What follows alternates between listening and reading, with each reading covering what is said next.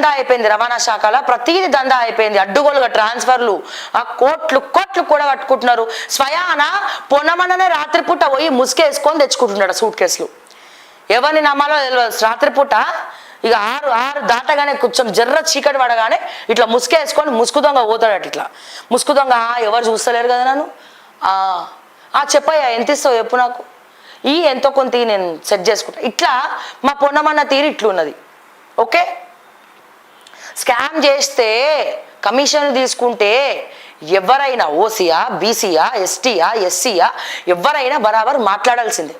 అది ఏ రిజర్వేషన్ అయినా స్కామ్ చేస్తే ఒక రిజర్వేషన్ వాళ్ళు స్కామ్ చేయాలి, ఇంకో రిజర్వేషన్ చేస్తే వదిలేయాలి, అట్లుండదు. అట్లా all are equal in the eyes of law అన్నప్పుడు సో స్కామ్ ఎవరు చేసినా స్కామే అది, కమిషన్లు ఎవరు ఎక్కినా కమిషనే అది.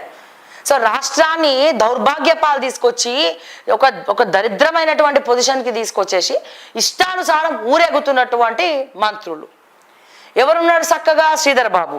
నమ్ముకున్న వాళ్ళకి ఏం చేయడు, నమ్ముకున్న వాళ్ళకి ఏమైనా చేస్తాడా? ఏం చేయరు. రేపటి రోజున వీళ్ళ మొహాలకు వీళ్ళు ముఖ్యమంత్రులు అని చెప్పుకొని తిరుగుతారు. ఇప్పుడు ముఖ్యమంత్రి అవ్వాలంటే ఒక సీటుకి ఒక అర్హత ఉన్నది. అట్లీస్ట్ నమ్ముకున్న వాళ్ళనన్నా వృద్ధిలోకి తీసుకురావాలి. సో అట్లా ఉత్తమ్ కుమార్ రెడ్డి గారు మీ వ్యవహారం ఏందో ఎస్ఎల్బిసి ప్రాజెక్టులనే మేము చూసినాం. అంటే మీకున్నటువంటి అవగాహన, మీకున్నటువంటి ఆస్తులను సంపాదించుకోలే, నాకు అసలు ఆస్తులతో పని లేదంటారు, కానీ కమిషన్లు తీసుకుంటారు. ఆస్తులతో పని లేదంటారు. మెగా కృష్ణారెడ్డి మీకు తెలియకుండా బట్టికి 8% ఇచ్చినప్పుడు మీకు చెప్పలేదని మీరు అలిగి గొడవపడ్డారు. దేనికోసం గొడవపడ్డారు? అలిగి దేనికోసం గొడవపడ్డారు అంటే నా ఇరిగేషన్ డిపార్ట్మెంట్లో ఫైనాన్స్ మినిస్టర్ బట్టి విక్రమార్క మెగా కృష్ణారెడ్డి దగ్గర 8% వాళ్ళ భార్య డీల్ కుదిరించుకొని షేర్ తీసుకుంది. 8% 2% రేవంత్ రెడ్డికి పంపించినారు. మిగతా 6% బట్టి గారి భార్య పంచుకున్నారు. మరి ఇట్లా పంచుకున్నారు, మధ్యలో ఉత్తమ్ కుమార్ రెడ్డి అనే ఇరిగేషన్ డిపార్ట్మెంట్ని వదిలేసినారు. మీరు గొడవపడి ఢిల్లీకి కాలు దువ్వి పోయిండ్రు, అలిగిపోయిండ్రు. మరి మీరు నిజంగా నీతి పరులు, నిజంగా నిజాయితీ పరులు అయితే, నిజంగా నీతి నిజాయితీ మీ ఆభరణాలైతే మరి వాళ్ళు డబ్బులు ఇవ్వలేదని చెప్పి మీరు ఎందుకు ఏడుస్తున్నారు? ఎందుకు కొట్లాడుతున్నారు? ఎందుకు పంచాయతీలు పెట్టుకుంటున్నారు?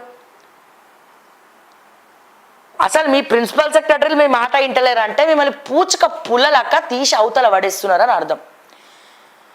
మహిళలక్కట ఇక ఇట్లాంటి క్యాబినెట్ పెట్టుకొని మెయిన్ శాఖలన్నీ గాలికి వదిలేసి ఈ రోజున రేవంత్ రెడ్డి గారు నామినేటెడ్ పదవుల కోసం ఇప్పుడు పోతున్నాడు.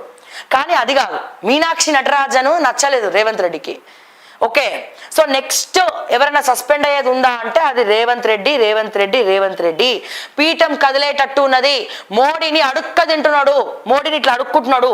శరణో దేహి నా పీఠం కదిలిస్తే మీరే నన్ను కాపాడాలి మోడీ గారు అని చెప్పి. అందుకే ప్రతిసారి రేవంత్ రెడ్డి గారు వెంట ఒకసారి బట్టి గారు పోతారు మోడీ దగ్గర కలిసినప్పుడు, ఒకసారి ఏమో శ్రీధర్ బాబు గారిని పంపిస్తారు. ఒక్కడిని సింగిల్గా ఒక్కసారి కూడా కాంగ్రెస్ వాళ్ళు నరేంద్ర మోడీని కలవనిస్తలేరు. దానికి కారణం రేవంత్ రెడ్డి గారి పైన ఉన్నటువంటి విపరీతమైనటువంటి అనుమానం. ఈ రోజున రేవంత్ రెడ్డి బ్యాచ్ ఎవరైతే ఉన్నారో, రేవంత్ రెడ్డి బ్యాచ్ లా అయోధ్య రెడ్డి ఉన్నాడు, మొత్తం దోచుక తింటా ఉన్నాడు. మొత్తం సీఎం ఆఫీస్ ని మొత్తం సర్వం దోచుక తింటా ఉన్నాడు. అహంకారం, మితిమీరినటువంటి అహంకారం, సొంత ఊరోళ్ళకు కూడా ఒక్క పని చేసే పాపాన పోనటువంటి ఈ అయోధ్య రెడ్డి గడ్డి తినుకుంటా ఆస్తులు కూడబెట్టుకునేటువంటి పరిస్థితి వచ్చింది. రోహన్ రెడ్డి ఎందుకు నమ్ముకున్న వాళ్ళకి మోసం చేయలే? అయోధ్య రెడ్డి రేవంత్ రెడ్డికి జాన్ జిగిరి. సో అందుకని అయోధ్య రెడ్డి నువ్వు దోచుకోవయ్యా, నువ్వు ఇష్టం వచ్చినట్టు దోచుకో అని చెప్తాడు. అట్లనే రోహిన్ రెడ్డి ఉన్నాడు. రోహిన్ రెడ్డి రేవంత్ రెడ్డి గారికి బెస్ట్ ఫైనాన్షియర్. ఇక రోహిన్ రెడ్డి ఏం చేస్తాడు? వెనకాల దందాలు చేసుకుంటా, నేను ఇంత ఇన్వెస్ట్ చేసిన రేవంత్ రెడ్డి మీద, దీనికి 10 రెట్లు నేను సంపాదించాలి. ఆఖరికి జుడిషియరీలో ఉన్నటువంటి సిగ్నేచర్లు కూడా మార్చేసేటువంటి స్థితికి రోహిన్ రెడ్డి వచ్చినాడు. అంటే ఇది రేవంత్ రెడ్డి యొక్క ఏమంటారు, నమ్ముకున్న వాళ్ళకి మోసం చేయొద్దంటారా, లేకపోతే దొరికి